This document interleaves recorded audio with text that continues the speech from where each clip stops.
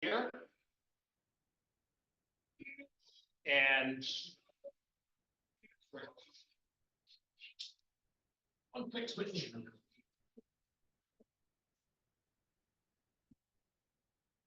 And we have a bit of an agenda set up for this evening to introduce our speaker and a few other events, or excuse me, activities too. First, we'd like to do a quick recap, give us 5 minutes to talk about the different activities, the events that we've had going on this year, and also forward-looking what we're going to be doing the end of this year and into the beginning of next that we've put together as a plan for rig activities. We will, of course, and we're quite appreciative that Johanna Ostrum, who is the CEO of Radiant Geothermal, is here to give us a presentation tonight on a wide variety of geothermal topics relevant to the industry in the US and globally today. We want to mention, of course, it's one of the responsibilities that we have here as a regional interest group for Colorado Rising to talk about the annual meeting, which is coming up later this month, nicely located in Hawaii. So if you've never been to one before, this is the time to go. I'll be saying that more than once. And we have a fundraising message from the Colorado Rig because we're working hard to put together these events, the space and the activities they cost. And so want to make sure that that message is out to the industry about the need to support the community in Colorado. Quick rundown of activities that we've had going on in 2024 and looking forward to 2025.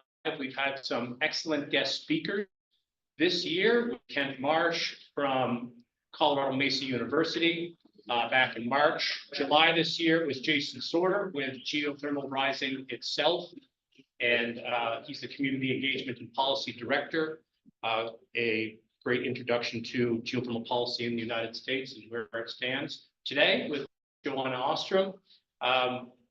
And we are looking at the holiday party. Now I say that because we are organizing and putting together ideas on what kind of holiday party we can have. We will definitely have one. It's just a matter of what funding is available from GR plus the local community that allows us to put together I would say it could be either a stripped down event such as hanging out here at New Brewing Company, or it can be more of an elaborate event like we had last year at the Colorado Mines Museum. So we're sizing that depending on what we can get done in the next coming weeks. A little more on that later.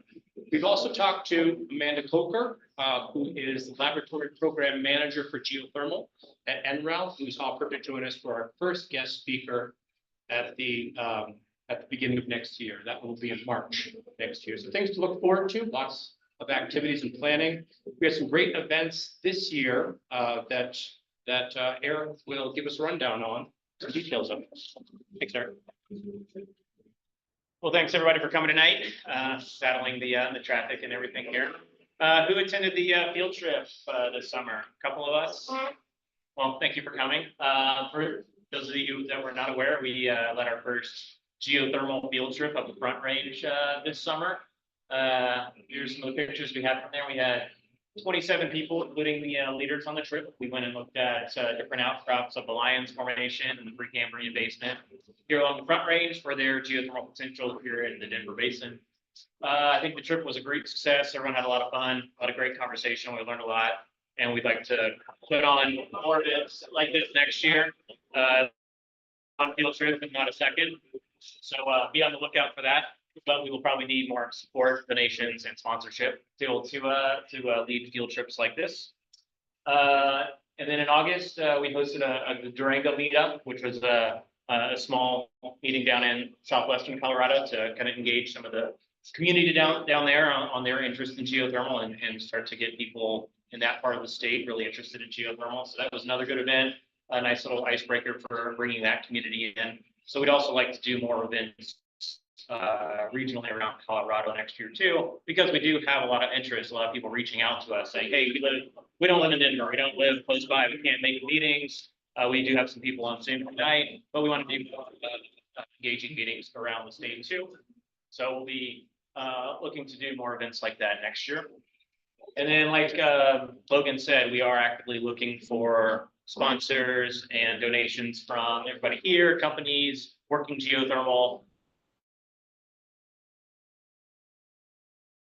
And renting out, this room, getting material ready for field trip, things like that. So we are looking for some sort of corporate sponsorships or donations so we can do more events like this and really engage the community around Colorado. So if you're interested, we have a QR code. You can scan that and then help us put on awesome events, particularly like a great fun Christmas party or a holiday party that we're looking to do this winter.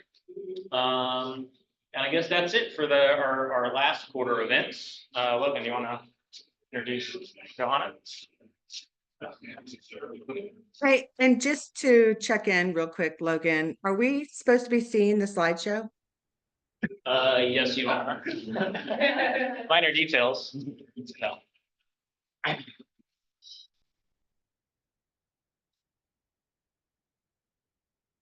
Just the details.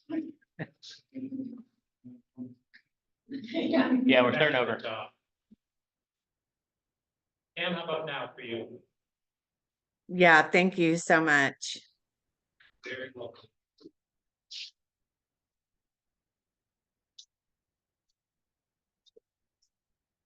Yeah, I need to change the slide deck though. Yeah, you can push that up. I got that too. Okay. And I'll go ahead and introduce our speaker tonight. This is Johanna Ostrum from Gradient Geothermal. And she's the chief operating officer. Can't talk tonight. Too tired. And she's gonna kind of go through everything going on in the geothermal community as of today. So. Thank you.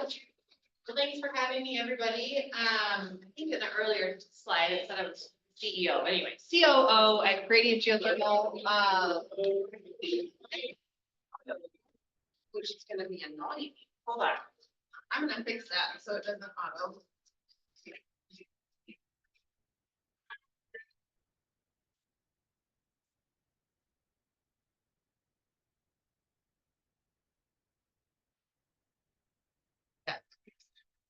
I just used this presentation for, well, part of it for Geothermal House in New York City. And so we had it on like a screen behind us, so it was constantly rotating. So I will try and match that. But anyway, very happy to be here. Excited to see, this is my first night, which I'm ashamed to say because I wanted to every time. I just end up having a family obligation on Tuesday evening, but very excited to see so many folks here. Because I'm new, I pulled up and I was like, oh my God, everyone wants to talk about geothermal today. I hope my slide deck's good, but we got a couple of crowds, so I'm happy about that. So I titled it Geothermal Smorgasbord.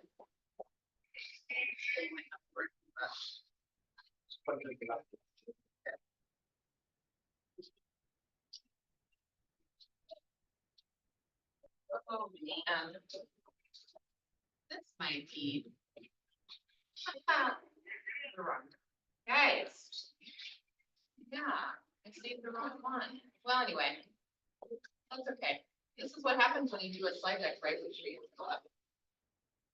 So we'll talk a little bit. I'll do a lot of I had some key things I want to talk about, but we'll talk about it without any slides.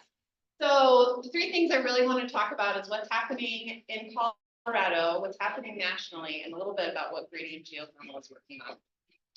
I did the correct picture here. I asked ChatGPT to describe what a geothermal smorgasbord looks like. So I told Bryce as I was walking in, it's not like AI is going to take our job tomorrow. So that's good. So from an industry perspective, very excited about what Geothermal Rising has been doing. The Geothermal Rising conference, as mentioned, is coming up in a couple weeks in Hawaii, in Waipua, Hilton, Hawaii. So I will be there. I'm sure some folks will be there as well. So we'll be able to share another beer. That's coming up. There's also an Indigenous council before that. So Hawaii is an interesting place for geothermal because it's been developed by ORMAP and there's been strong resistance by local communities because it's such a small island and they view their resources in a different way than say Canadian leaders do. So that'll be a very good chance for folks who are trying to develop in communities to talk to folks that have been impacted by geothermal development. I see that as one of the major risks as we go forward into the geothermal space, making sure that we bring along communities with us. My background, I was an engineer in the oil and gas space, and my last role was as a regulatory manager for extraction oil and gas. So we were developing in and around communities, and it was so crucial that we met with the communities early and often, and I just see that as potentially one of the big stumbling blocks for geothermal development as it goes forward. So very much encourage attendance on that as you think about developing geothermal or pursuing geothermal exploration. There's also a policy developing geothermal in the western US coming up in Salt Lake City, Utah in December. That's another thing that's on Geothermal Rising's website to take a look at. So that's really policy focused on what we can do, mainly borrowing from the Western Governors Association Heat Beneath Our Feet report that came out last year. Anecdotally, it has driven a lot of legislation at the federal level. And I'll make sure I connect later and send the deck out. There's 3 really big bills that just recently passed the House of Representatives. The big push from Geothermal Rising, as well as some key industry players, including Fervo and some others looking to develop in the United States. A lot of it was around categorical exclusions, so trying to get categorical exclusions for developing on federal lands, much that oil and gas currently enjoys when it files a permit. There are ways to get around NEPA reviews or have slimmed down NEPA reviews, and the geothermal industry is looking at that as well. So that policy meeting in Salt Lake City is something, it's open to all members. We should take a look at that as well on the website.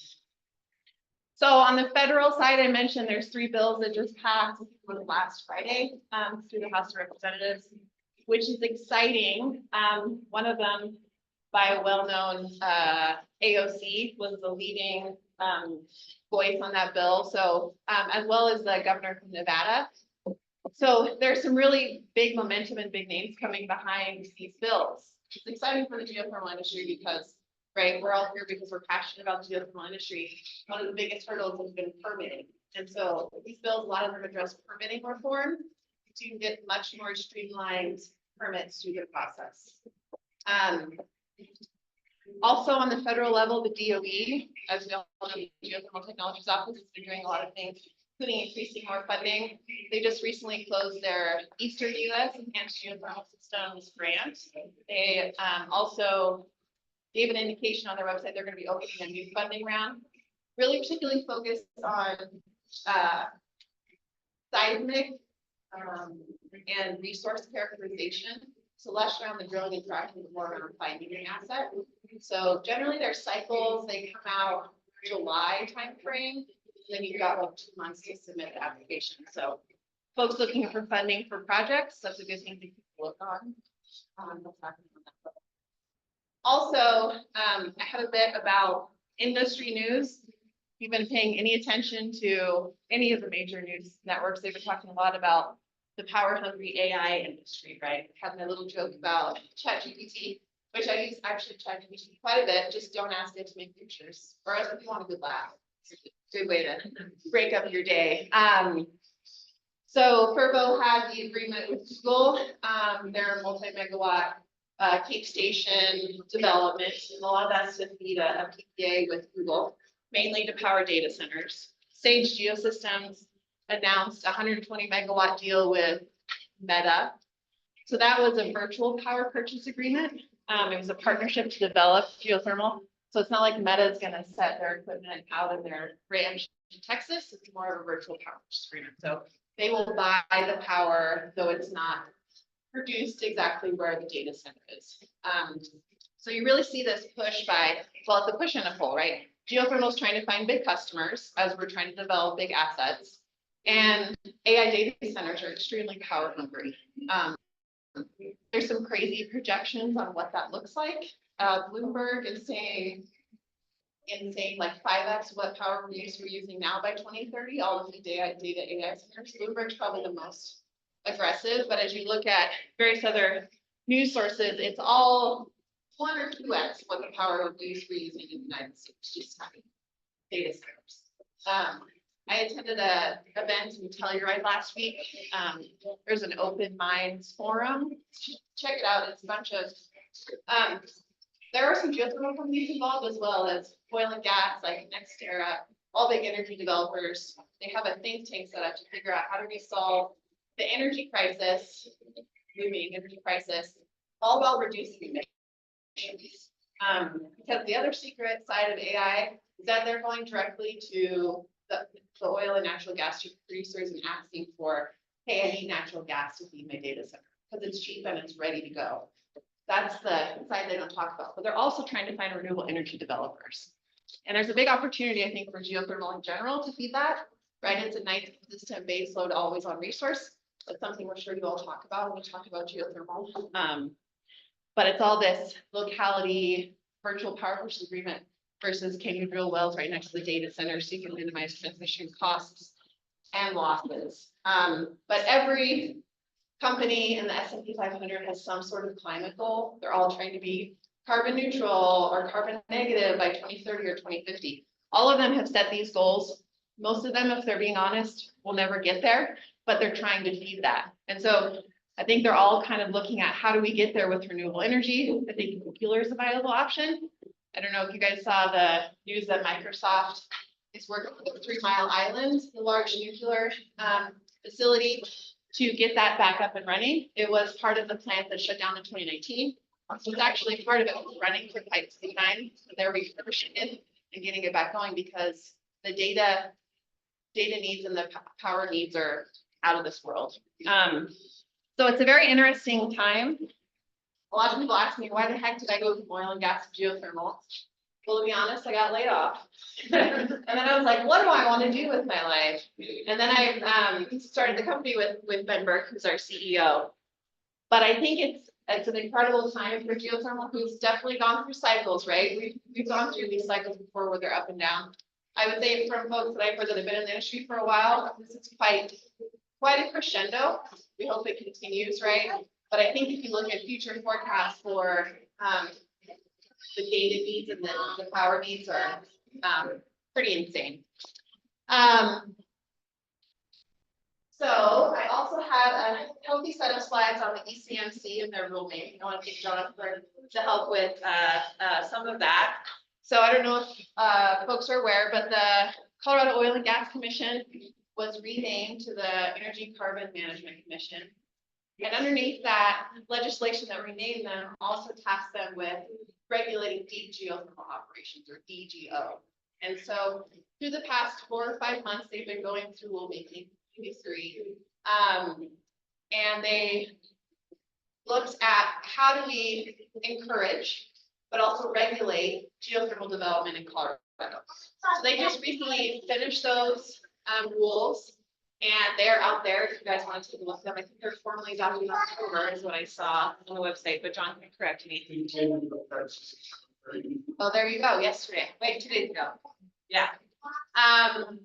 So if you want to develop in Colorado, it looks a lot like you would develop an oil and gas location with some adjustments. There's the form has a really different name, but there's a surface location permit and there's a well permit. One of the key things if you're going to develop in Colorado is you need to have that community engagement. So there's a requirement, if there's a local permit required, you have to get that permit before you file with the state. And they want a lot of community engagement because as I mentioned, like that's one of the key things that'll trip us up as we go through this.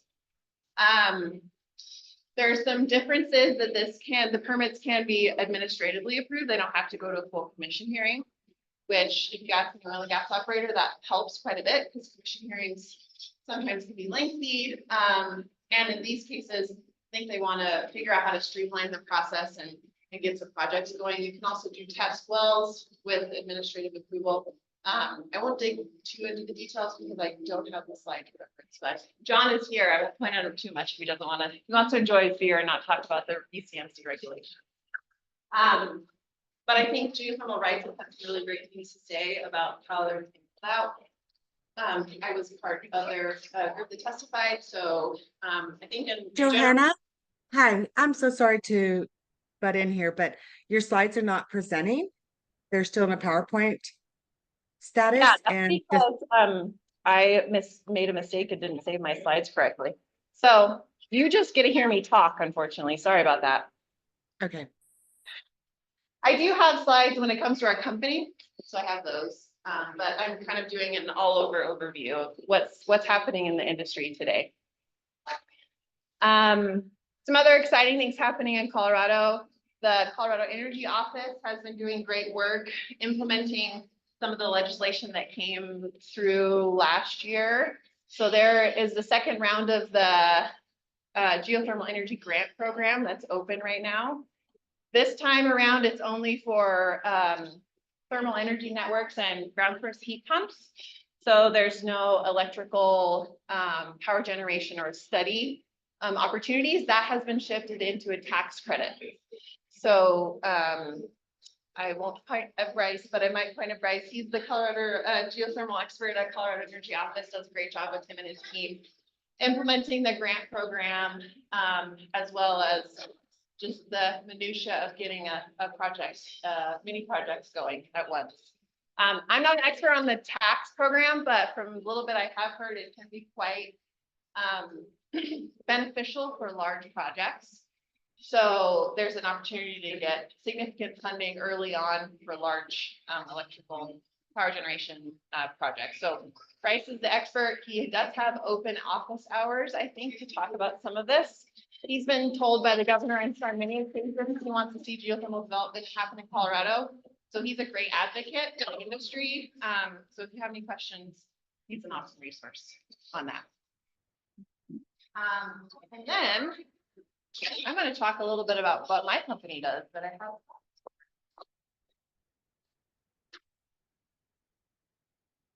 So Gradient Geothermal is a Denver-based company, founded on this idea of there is a lot of heat already coming out of the existing oil and gas wells.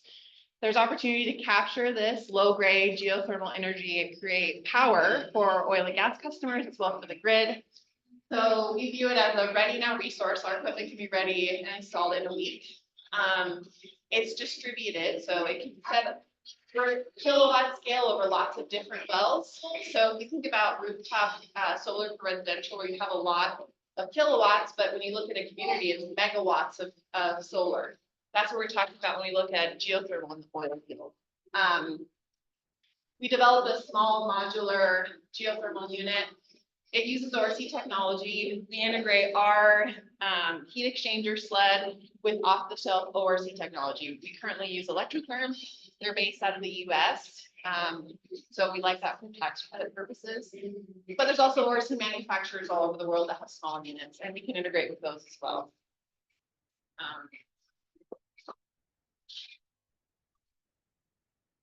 Here, I have a slide.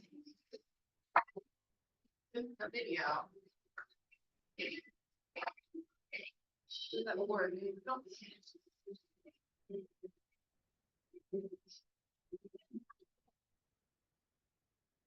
Right, I'm whipped on this presentation. Congratulations. All right, so some of our 2024 milestones. We've been able to make some good operational revenue from contracts. So we had a pilot project that we executed for a year and a half in Blackburn, Nevada, where we tested our equipment. We used friends and family money and some grant money to get that project off the ground. So that really proved this concept of, yes, you can generate geothermal electricity from oil and gas wells. And we learned a lot about what our models versus actuals look like from that year and a half runtime. So that was really valuable for us. We've taken that same unit and now we moved up to North Dakota for an operator in the Williston called Ford Energy. And we're looking at helping other clients up there as well. We received a Wells of Opportunity grant from the U.S. Department of Energy in 2022. And now we're moving on to phase 2 of that. So we're done with our study phase. Now we're into actually implementing well workovers, equipment, refab, installing larger tanks, like all those things that it takes to move a lot more water from the field. So we're moving into phase 2 of that. We also ourselves were a Colorado Geothermal Energy Grant awardee. And we'll talk a little bit about that in a second, but we're working with Chevron with some idle wells in Weld County, in a town near Pierce, Colorado. So if you guys know what well, so Fort Collins, take a right, you head east and north, you'll see town Pierce, it's like north of Alt. They have a bunch of existing wells. It's a Lions play, been developed since the 1950s and been producing up until about 5 years ago. When I say oil wells, it's like 98% water, very hot water and a little bit of oil. So we've been working with Chevron, did a study for them, like, hey, we can generate power. And then there's also this opportunity to provide heat for the town. So we're looking at whether we can heat the school or heat the sidewalks. There's also a meat packing plant in town. So part of our study was $100,000 for a study is to determine, first of all, well, I guess last of all, is it economic? You have a great idea, but is it gonna make any money? That's the end result, is what I'd like to know. Also, what kind of benefit can we do for the community, emissions reduction, job creation, all those great things that come along with geothermal development in communities. And we are fundraising.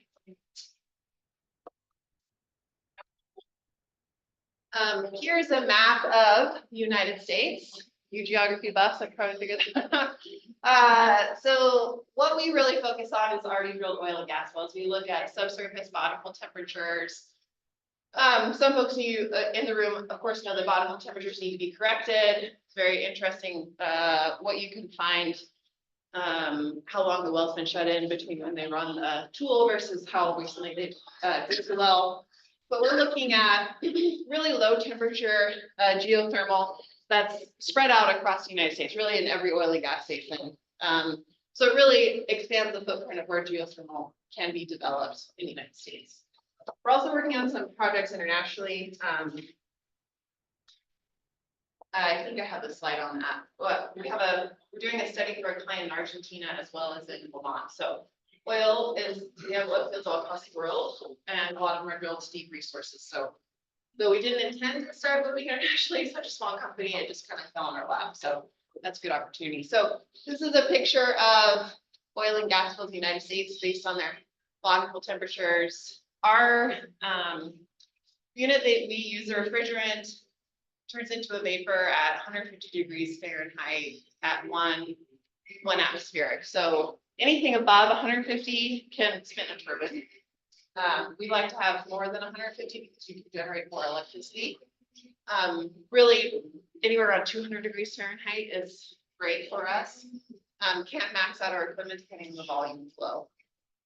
So if you look at all the wells in the United States, and you think about how many could actually produce a large volume of water, it's not just the heat, it's also what's your fluid that you can lift that with.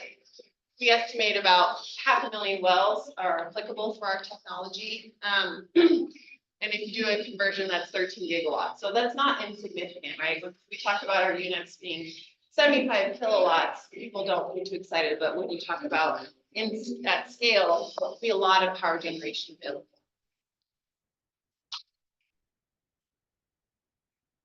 Talked a little bit about our technology. So we buy the ORC off the shelf, and we modularize it, which is mean we put it on a trailer or we put it on a skid so that it can move to a location and then we can pull it out with like an F-150. So that is so we can follow fluid rates on horizontally fractured wells, because you have this peak of production that drops off over time. So we can follow where the heat resource is and also where they need cooling for pipeline specification. So this is something I've actually worked with a couple operators that had fluid chillers. But then when I found the other side of the table, I was like, why are we cooling this heat resource? A lot of operators do. In fact, every single basin in the United States does that. Permian, they're using chillers, the DJ Basin and around here, North Dakota, because it's a lot easier and cheaper to install pipelines that are plastic, poly pipelines, but they melt above 130 degrees Fahrenheit. A lot of these wells start producing at 200, sometimes north, sometimes south of that, right around 200 degrees Fahrenheit.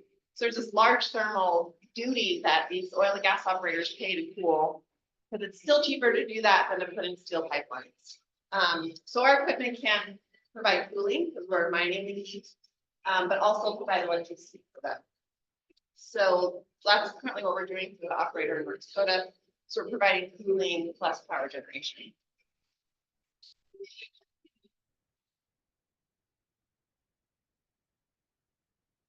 So wish somebody could do that work, guys.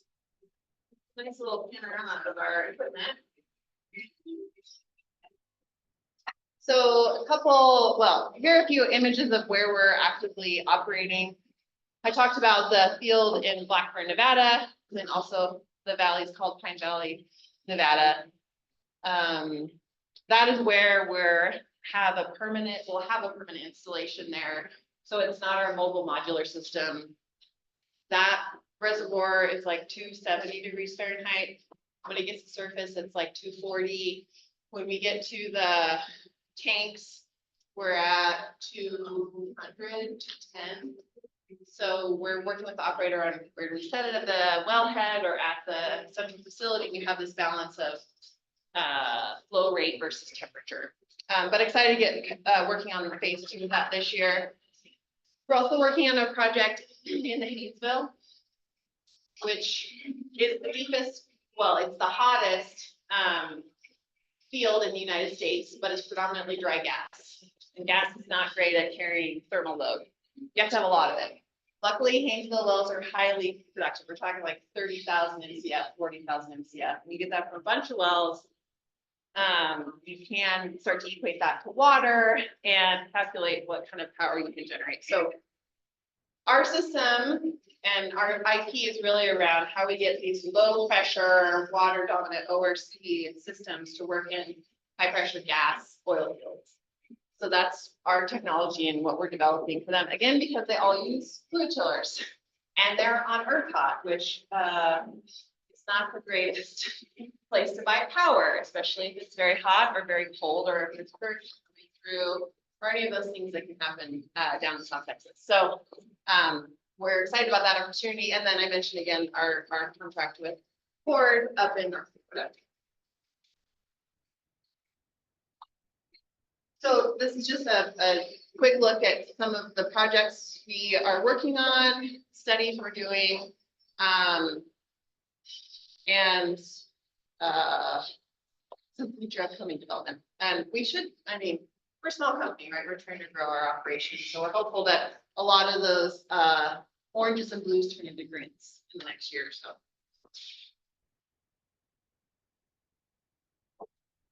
Talked a little bit about the chiller market, but what's interesting, so we lease our equipment. We are like a generator. You would lease at a fixed monthly rate. That's our business model. So really we're trying to replace this, what they're paying for their chillers, and then they get all the power we generate, and we provide power modeling for them to work on that. It's a weird way to think about geothermal energy, but that's we're essentially cooling fluids. So it's a lot like industrial heat waste applications. Of course, we have a lot of data we're capturing on our sleds, pressure in, pressure out, temperature in, temperature out, and all of that is monitored remotely. We have sensors and alarms because we're on active producing oil and gas sites, right? Which they shut down for an hour, they lose X thousands of dollars because they're not producing that barrel of oil. And they certainly don't want their water streams to shut down everything. So we have a lot of safety mechanisms built into our system, as well as a lot of data analytics that go into everything that we do. I'm not the expert on this, but luckily we have experts on this, but it's helpful for our clients and for ourselves to have like current visualization. We work with several ORC operators or vendors, and we're their most annoying client because no one wants to know minute to minute what their temperature inlet and outlet and pressures look like, especially on like a smaller system. So hopefully we'll make the ORC vendors that some of you guys might use for other projects a little bit more communicative. So some of our idea talked about the sled. We also have a well finder web app that we're working on. We have a downhole heat exchanger patent idea that we are thinking about. We haven't implemented it yet. we're also looking at some other ORC technology that could help move things forward. Some of you may have listened in or read about Vervo's Tech Day that they had a couple weeks ago.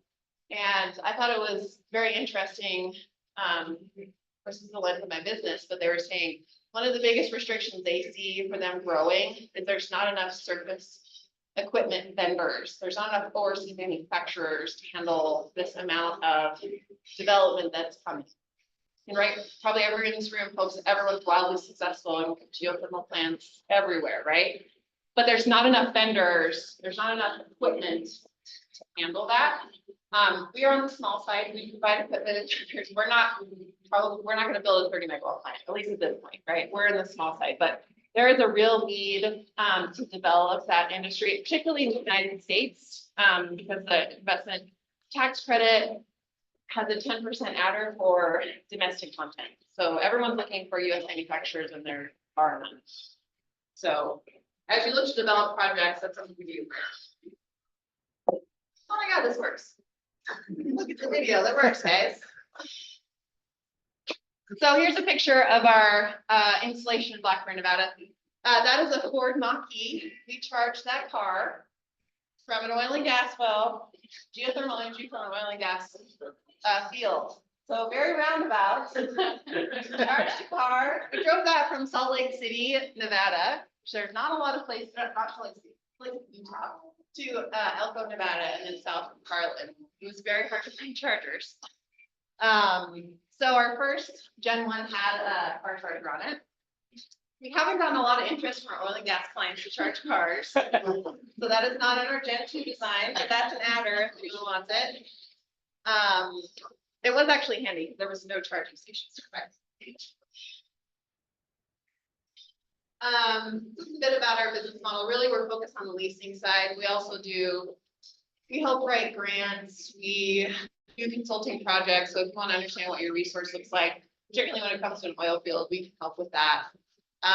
Electricity sales, that's more of like a fixed installation, like in Blackburn, where we can sign PPA with or interconnection agreement with the utility and sell electricity from that site. We're also looking at what geothermal heat sales, this Pierce project will be part of that. Like, what does it look like when you don't just generate power, but you provide heat? What is that layering or cascading waterfall of uses? What does that look like from an emissions reduction standpoint, from an economic standpoint? And then we're also looking at. Sorry. She's trying to eat us. I did it. We'll be right back. No worries. It's all about, our seed raise. If anyone wants to invest in gradient geothermal, we're almost done with our seed raise. Then here's another closeout picture of our equipment. I kind of feel like since we're on this video, I'm just trying to ask. Yeah, of course. I'm just trying to understand, like, how is it connected to the oil and gas well here? Like, how easy is this to like retrofit? Yeah, so we are set after the separators. We're on the pipe that goes from the separators to that big tank in the back. That's a big water tank. We can set at the wellhead. So at the Haynesville project, we're looking at connecting right where the wellhead is. But really, whatever size pipe the fluid is coming in, that's where we connect to. And we can handle pressures up to 1400 PSI right now. Our system that's in North Dakota is a 400 PSI rated system because it's low pressure water, but most ORCs can't handle pressures above 90. So that's where our HXC sled comes in, is that we can handle those high pressure fluids and transfer the heat in a modular mobile way. Any other questions? Yeah. And with all these wells, how easy is it to get this energy on the grid? Yeah. This is an annoying answer, but it varies, right? It's connected to the grid. A lot of locations and a lot of operators want to be electrically tied because that reduces a bunch of emissions for them. They don't have to use gas pneumatics. They can automate a bunch of stuff. So they want to be tied to the grid. Most locations we look at are tied to the grid. The ones that are remote, have the largest opportunity for emissions reduction, because usually we're replacing gas or diesel generators. And we can be we have to be on a microgrid, our system, you have to have synchronicity with the grid, whether that's a microgrid or the grid at large. So if you have a bunch of natural gas generators and we can get rid of one of them, that helps, but we can't be the only power source unless we have batteries. So while technically feasible, extremely expensive, right? Batteries are crazy. So technically it could work and we've tested it, but it's not economic to be connected to a big battery. Yeah. How many kilowatts do this put out there? What do you want to get to? What's the not? What's, you know, putting it in a group of developers. Yeah, so this is a 75 kilowatt gross system. Our net, probably the highest we can get is like 61 kilowatts out of this system. We found the broadest applicability with this because of the fluid rate and temperature that it takes. This system, it needs a minimum of like 1,800 barrels of fluid per day. So depending on the type of well that works, it can go up to 12,000. For instance, on the our application in North Dakota, that has an 8-well pad, and we've varied anywhere from 8,000 to 12,000 barrels coming at us. So this 75 kilowatt really has the most flexibility. There's a 150 kilowatt system that Electricare has that goes up to a higher temperature rate. Those kind of really have a centralized battery, like hundreds of thousands of water, barrels of water coming at you, or like a steam flood where you have to be at over 300 degrees Fahrenheit. So we like to say, and we're technology agnostic. Like we will find the ORC that works for you, and we will integrate it so we can have temperatures and the fluid characteristics of what's going out of that well, the oil and gas well.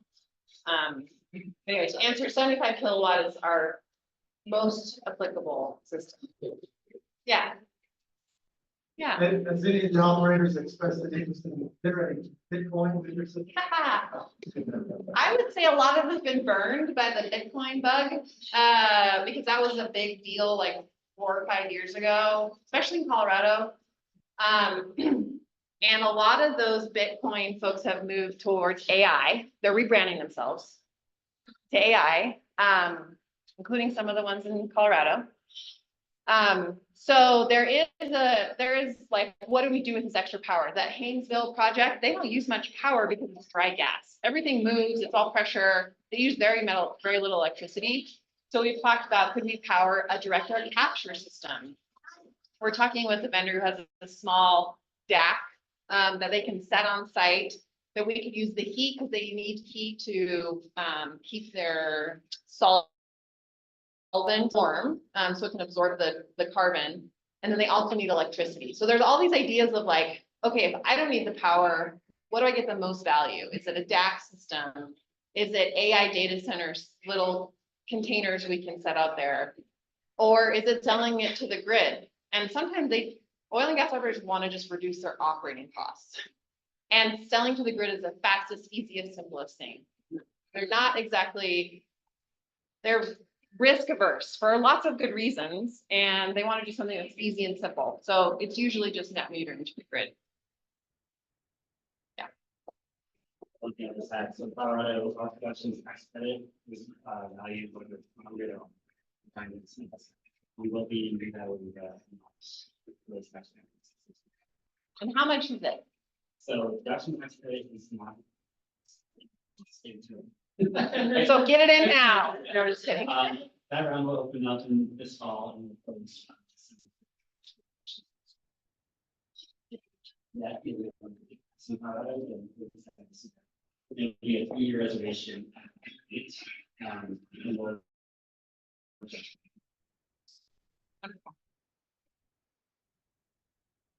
When I have a question coming in on the chat, Donald Winter is the question that the mobility of this system screen reduces permitting time. Absolutely, yeah. So our systems, we found from the states that we've worked on, it's all a sundry. So everything's permitted as an oil and gas site. We're an additional piece of equipment on that site and seeing something that was already there. So permits are a simple paperwork you file with the state and you get it back pretty quickly. We haven't done it in Colorado yet, so I don't know how that will go, but we've done it in North Dakota, and we're working on that in Texas as well. So yeah, we brand ourselves as like the ready now geothermal solution because we're small, we can install very quickly, we manufacture our equipment very quickly, and there's no permitting delays, right? We don't have a 7-year cycle, it's like a month or something, or less. So good question. Got a question. Yeah. I'm Jack with Verbo. I have a question about, like, when you look across these modular ORC, like the whole realm of suppliers or of vendors that create these, are you finding any that are in the higher temperature range, like in the 400 amp range? Or like what, I guess another question, like what is the max temperature that you guys feel comfortable with when you think about this modular, smaller things? Yeah, good question. So right now, the highest temp we can go to is about 310 Okay. with the current vendors that we're familiar with. We've never asked that question because we haven't been asked by a client for that. So, what I do know is it's all about, just like drilling a well, it's all about the metallurgy and plastics that you put in the system. So as you get to those higher temperature ranges, you need a different type of refrigerant that works optimally there. And generally it's a lot higher pressure. So you just have to build your system beefier to handle those higher pressures. And there hasn't been a market need to develop those. Which is why I say I think a lot of work needs to be done on the ORC development and manufacturing side to get to those temperatures on the small side. Yeah, good question. But you find some that are off self, they're like 300? Yes, yeah, yep. I can comment on that. Usually, 330 after a while, you use a steam cycle because that's a much better working than anything. The ORCs. Problem with the steam cycles, you always have to have wet cooling, which doesn't work in real cases. So what you do is a hybrid cycle where you get a steam turbine exhausting into an ORC. Between the certain get the efficiency. Water is in working to, and then of course you use dry cooling because they should have there. The reason is that the geothermal steam is corrosive and they have an air cooled condenser and a stainless steel. It's never been done. It's ridiculous. So if you're both 330, you might want to consider somehow thin steam cycles. Yeah, of course you can get to 400. It's a no-brainer.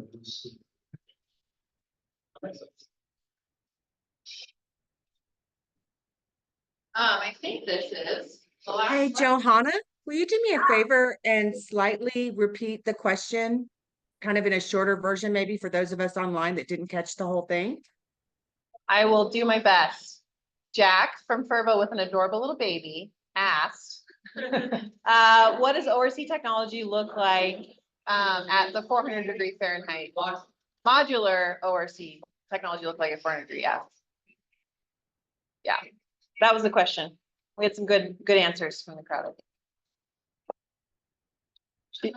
One more quick question. I was just curious with the decline on schedules. We run into a period where it's no longer viable in terms of pressure. Yeah.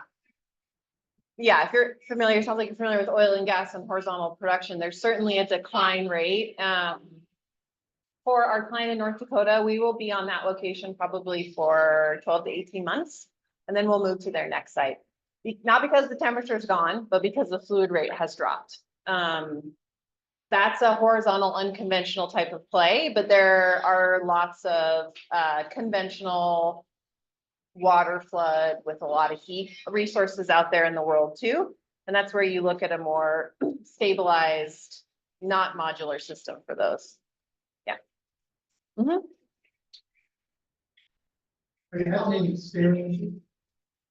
Not currently. So oil and gas operators know what their fluid characteristics are because they're drilling a bunch of wells in the same reservoir right next to each other. So they have a chemical treatment plan that handles that. We are just an additional piece of equipment that uses that same chemical treatment. So we just ask that their injection point be in front of us instead of behind us. So we don't have, yeah. They're trying to protect their equipment too. So, yeah. Good question. But also after the separator. If there's any residual hydrocarbons in the water, is that?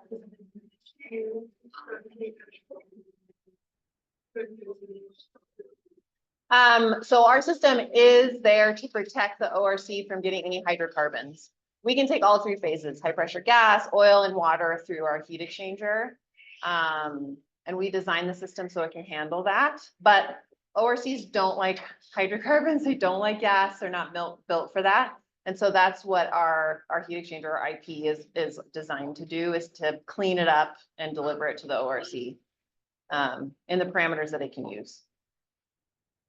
Do you see clients, asking utilities on new wells?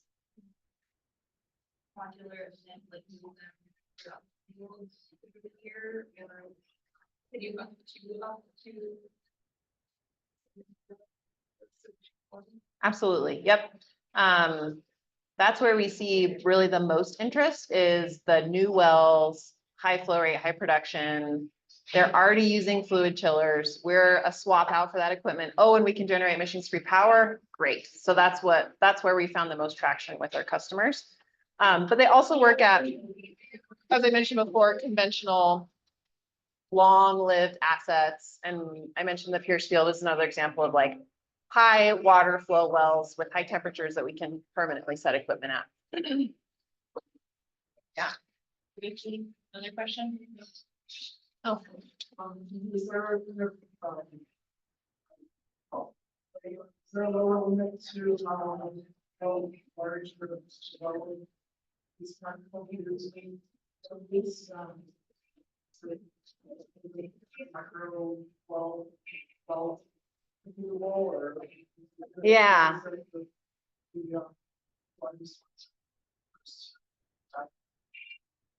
Yeah, so that's all about flow rate, right? So how can we bring that geothermal resource to surface? And we need a minimum flow rate to do that. And some wells or oil and gas wells were drilled with our slim hole. They're like,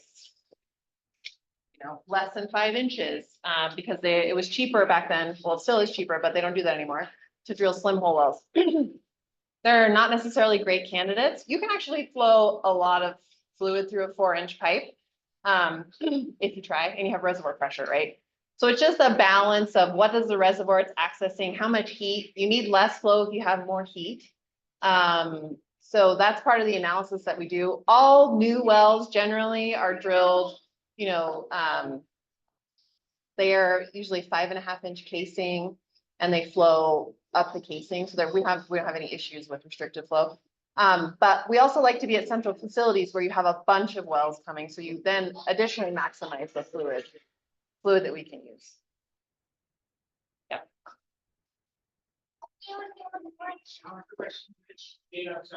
Are you also needing to sell licenses or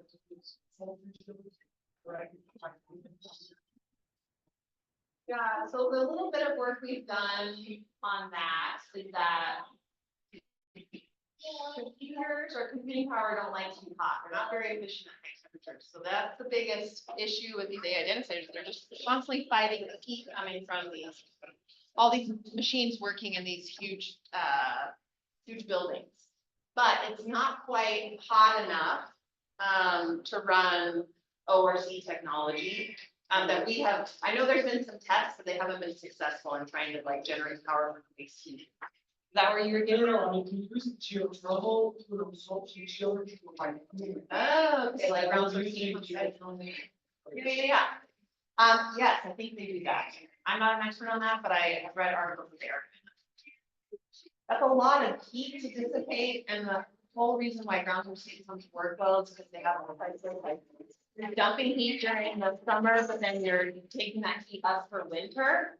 If you're constantly dumping heat, you actually heat up the whole ground. And like you can ruin a reservoir, like ruin the ground, it just gets so hot it won't take any more heat and dump it. So while it might work for a while, it wouldn't be like a long-term solution. We were looking at using a ground source like array to dump the heat instead of using our fans. But for just this, it's 800 kilowatts thermal. The size of the ground network we would need is like 5 acres. This is stupid big. So it didn't make sense for us. So, if you look at the kilowatts thermal and the amount of ground needed to absorb that, and also you need to cycle it. So it's not a great long-term solution. But there might be better experts in the room, but that's, yeah, the research I've done. So I'm not sure if I missed it when you discussed it. So how do you, actually, I have two questions. So first one is that how do you typically treat your heat depleted water? And the second question is that, do you see the potential of apply your system to those hot spring tourism area? Because you mentioned it's ready to apply there. So if people have a hot spring well, then do you think it's applicable to those well? I'll answer the second one, and then you Okay. need to re-explain the first one, because I don't think I caught it. But on the second one, we'll take heat from whoever has the heat.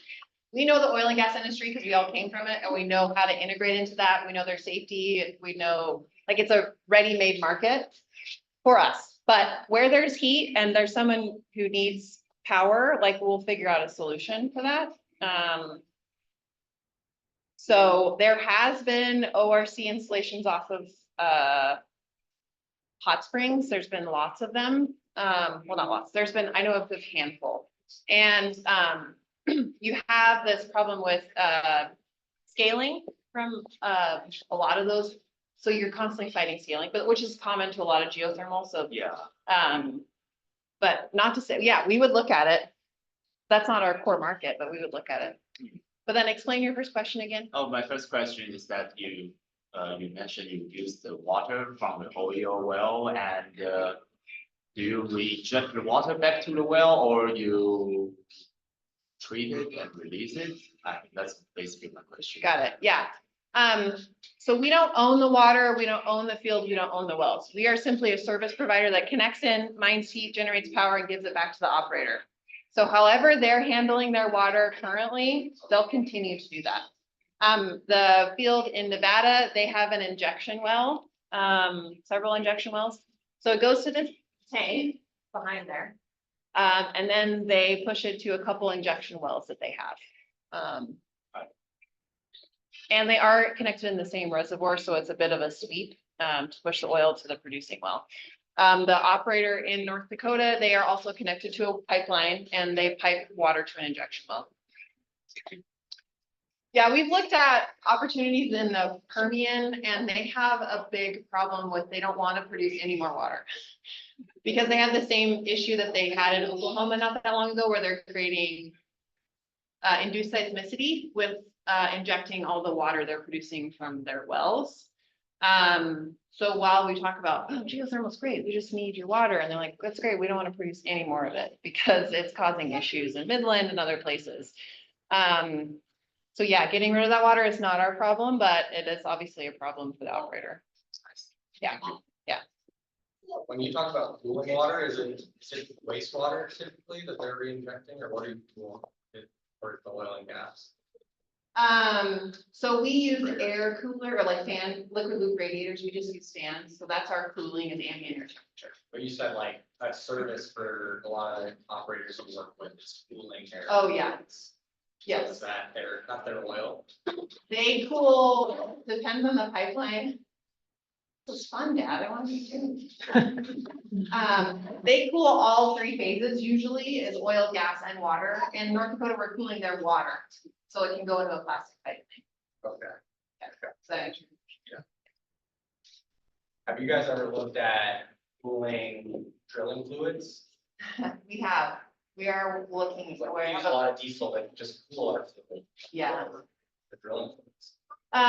Yes, we have looked at that for a couple of, oil, well, like H&P and some other companies, because they do a lot of cooling. The problem is getting a heat exchanger that can handle that. The drilling mud is a unique and messy problem, but it's an opportunity. We've looked at it, and I think we are still looking at it. I'm not overseeing that project, but yeah. Related question, you were talking earlier about how this can include creating the heat exchanger. Concerns about hydrocarbons. Understand there's IP around it. I guess the question would be how scalable you see that being. Talked about lots of low potential now for generation of megawatts in the future. How scalable do you see technology like that? In our opinion, highly scalable. Because once you get the parameters for a field figured out, we don't have to redesign every piece of equipment because temperature and pressure and flow rates are highly analogous between wells within a field. So you design one system and you can install it repeatedly. We're looking at a project in the Middle East that's like 5 gigawatts if we can get the well, these equipment on each well in that field. So again, depends on your thoughts on rooftop residential. I got told by one guy, don't talk about rooftop residential. Those guys are always trying to sell me panels. So depends on your feelings on rooftop residential. But if you think about it, it's a bunch of solar panels in a municipality. It helps the grid because all of those solar panels help provide power. Though you don't have a 30 megawatt field that's taking up acres and acres of land, you do have solar panels providing power. So we're not a 30 megawatt plant, but we're a bunch of 75, 150 kilowatt systems on a bunch of wells that are in the existing field. So we built our company based on the idea that it is highly scalable. Yeah, and this technology, it can handle, we're talking single percentages of oil production being taken out of geofluid pre the heat exchanger or larger percentages. I mean, we can take straight oil. All it is your heat exchanger design, your gasket design. So we can, it's just, water has the best thermal efficiency, right? So it's a 2x a barrel of oil in terms of thermal capacity. And I forget the gas, but it's many, many multiples on top of that.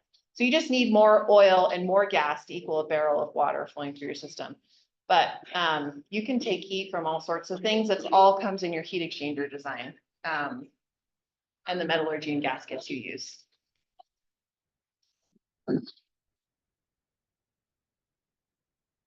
Well, oh wait, oh my God, yeah. Have you installed any of these, just starting, but in close to urban areas? No, we haven't. We are excited about this project in Pierce, because we really want to work with the community there. It is a small town. I think it's like less than 1,000 people. It's a typical story of your small town where the kids grow up, go to college, don't ever come back home, and you have parents that have decided to retire there. And there's not a lot of economic growth in the town. I've attended quite a few city council meetings, including their budget meetings. So like they need economic activity, they need jobs. And so we want to work with communities because geothermal is a story of like greater good for everybody, right? It's a low emissions power source. We don't take up a lot of land. There's not a lot of issues with it other than, yes, you will have equipment there. The only thing that I think we'll pay close attention to is noise. As you get close to communities, you need to be cognizant of that. I'm very familiar with that working in oil and gas. There are things you can do though. There's sound walls, there's a bunch of things that the oil and gas companies have had to develop over the years to handle those types of things. But yeah, sometimes overseas, because you have a bunch of pumps and pumps are reciprocating equipment that can be noisy. We haven't tried to solve for being quieter. There's things we can do to get our equipment quieter, but we haven't had to work in an environment where we've had to be quiet. So we haven't tried to solve that. Just throw in Colorado, push back on exactly that sort of thing. Yeah, and that's fair. I live in Broomfield. Actually, the company I worked for drilled wells in my neighborhood, and strangely enough, they happened to drill underneath our neighborhood, and we somehow, everybody in the neighborhood retained their mineral interest rights, which was the strangest thing I've ever heard. So there was a lot of discussions in the neighborhood, like, oh, are you going to participate? Like, what do you think? Like, so I'm very much front row on what it looks like when you develop in communities. And I think there's a right way to do it. or righter way. You're never gonna make everybody happy, but you can do your best. And there's definitely wrong ways to do it. And I think I started out this whole talk talking about how important it is for community engagement and working with early and often with people that you're gonna be around for tens of years, potentially hundreds of years. So it's important to do that right. One thing I didn't mention was the DOE's Geode project just kicked off a couple of weeks ago. I was at the kickoff for that. They have some industry partners and folks participating in different working groups. I'm on the DEI working group, which is really great because it kind of underpins all the other groups that are working on things. Katerina is on that with me. And one of the things that I'm not an expert on diversity, equity, inclusion, but I know a fair amount about how to work with communities and what it looks like to be successful there. So that is what I'm trying to work on is like, okay, the DOE is going to give out $100 million+ for a bunch of really great projects. And I hope everybody here, applies for some of that funding to do projects. But I think as we look about how that funding is dispersed, we need to have like a through current of, what are the teams that are building this? How are they working with communities? How are they being inclusive? Like the idea is we want to lift everybody up, and DEI can have a negative connotation depending on how you view the world. But our perspective is really like, we want geothermal energy to lift up communities and lift up the industry, and we don't want to leave people behind through that. And that's what we're really focused on. So that's our portion. Geode is multifaceted. I encourage you to look at their website. Geode is an acronym for geothermal energy from oil and gas demonstrated engineering. Got it. It's just geo stuff. Yes. So it's this is the first part of it where there's working groups that are trying to set up the format, and then it's a multi-year process where they will give out grants, and Project Interface is the lead on that. And I think they got 10 million to get this all kind of set up and rolling. SPE, Society of Petroleum Engineers, is also a sub-recipient and is part of that process. So I encourage you to look up Geode. It's exciting for geothermal industry. They're really trying to technology transfer from the oil and gas space into geothermal. We also view there's a lot of geothermal existing technologies that can be blended in. So yeah, we always like to see funding headed towards geothermal. I think a lot of other technologies have gotten a lot more funding, but we're trying to, support geothermal. Hey, Yeah, right. Johanna, I just wanted to let you know that I have unmuted everyone on the call, so there may be a couple questions coming your way. So I just wanted to give those participants, an opportunity before you guys wrap up.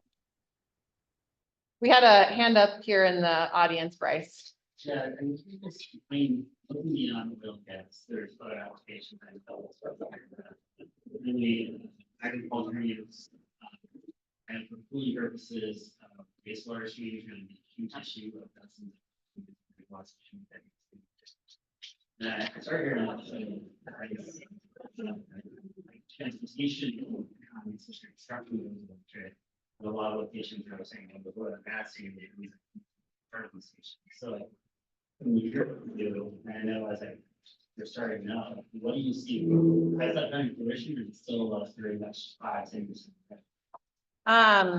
Well, we are in charge of Ford Marquis, so we could just Yeah. move that to rural Wyoming. No, I know. Yeah.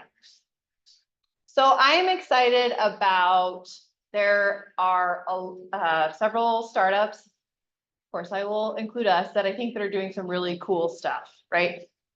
Startups are notorious for failing. I'm sure some of the group that is working on solving these complex problems will fail, and that is just the way of the world. But I think some people will really advance the industry and technology and will bring a lot more attention and funding and develop more projects.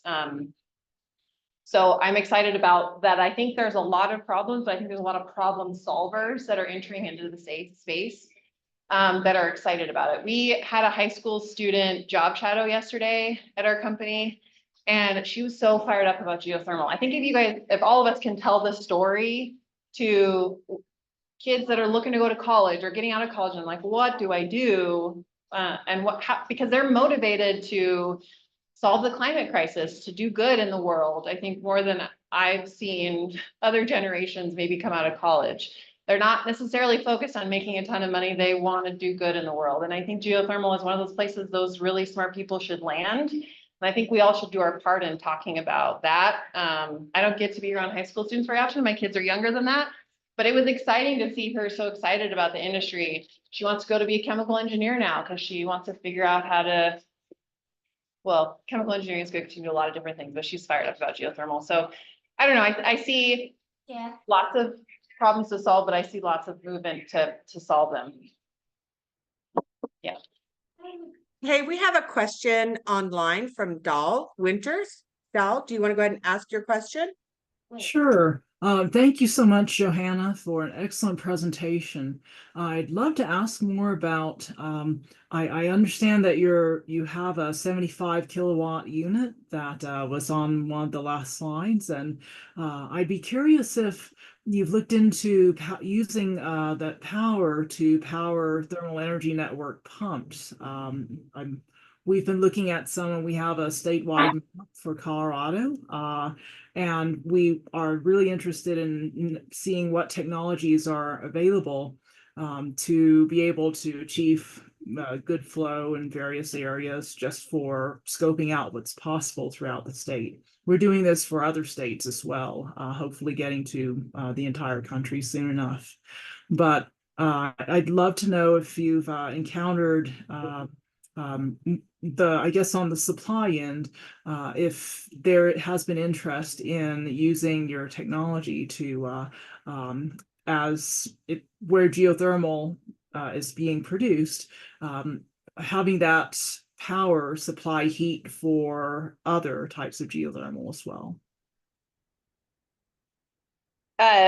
Yes. So I think I have mentioned a couple of times about our project in Pierce, Colorado, which is the exact intent of that, which is that cascading use of heat, which you're viewing it from the ground source heat pump or the heat pumps to move, or the pumps to move thermal energy around in networks. I think you can also go upwards from that and say, where can we get that heat from nearby that can also generate power? We're very interested in that because ultimately we're built on the idea of like, there's waste heat. How do we capture it and provide, benefit for us and our customers?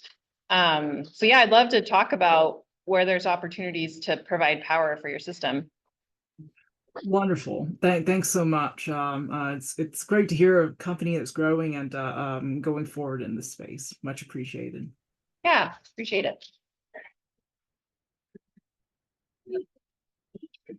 Any questions from the audience and online? Put a round of applause for Johanna.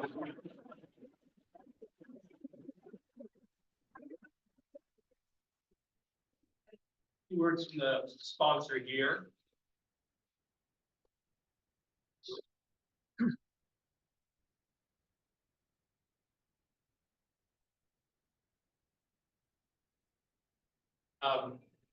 That was fantastic and informative. Again, thank you, Johanna. I think that was the longest round of Q&A. You set the precedent for engagement. That's great. So just a few final words we'd like to provide from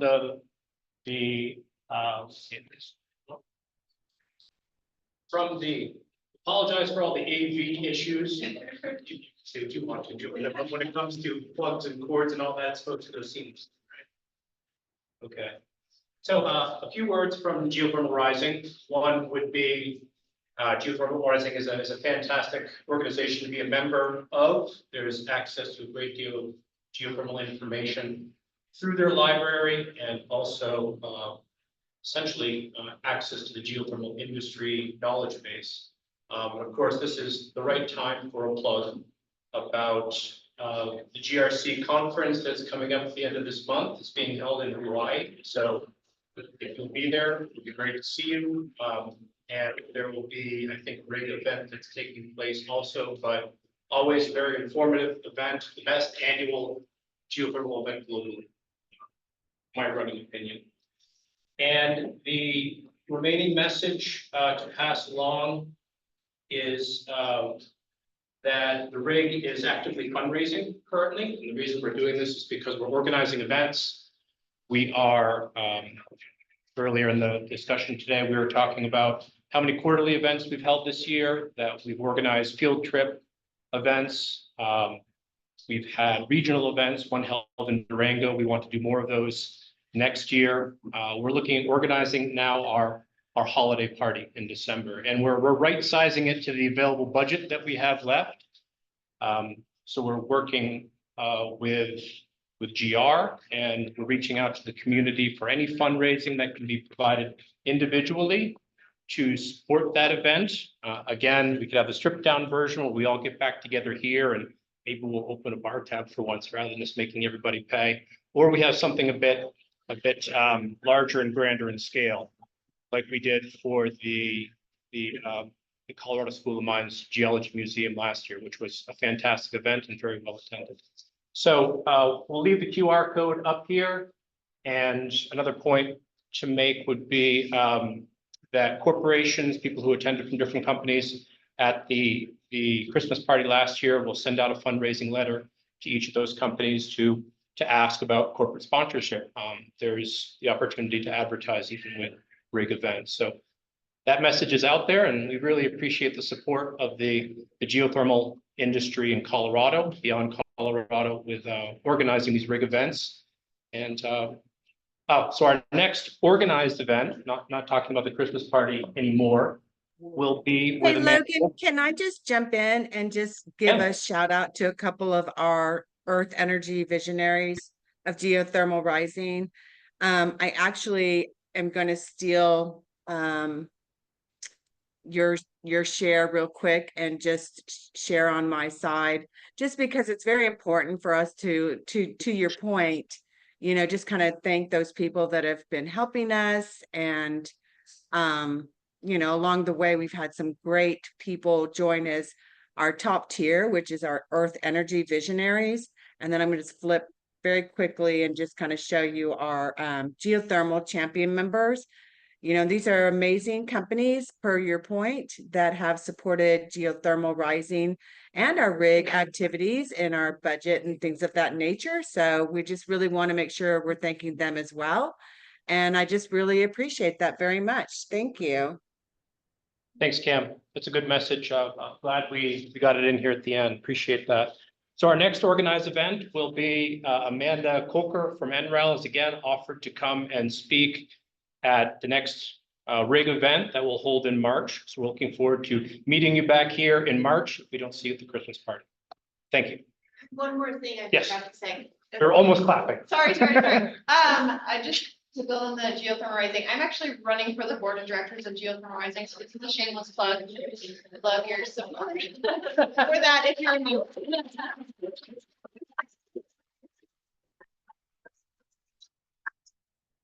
That's all right. Thank you.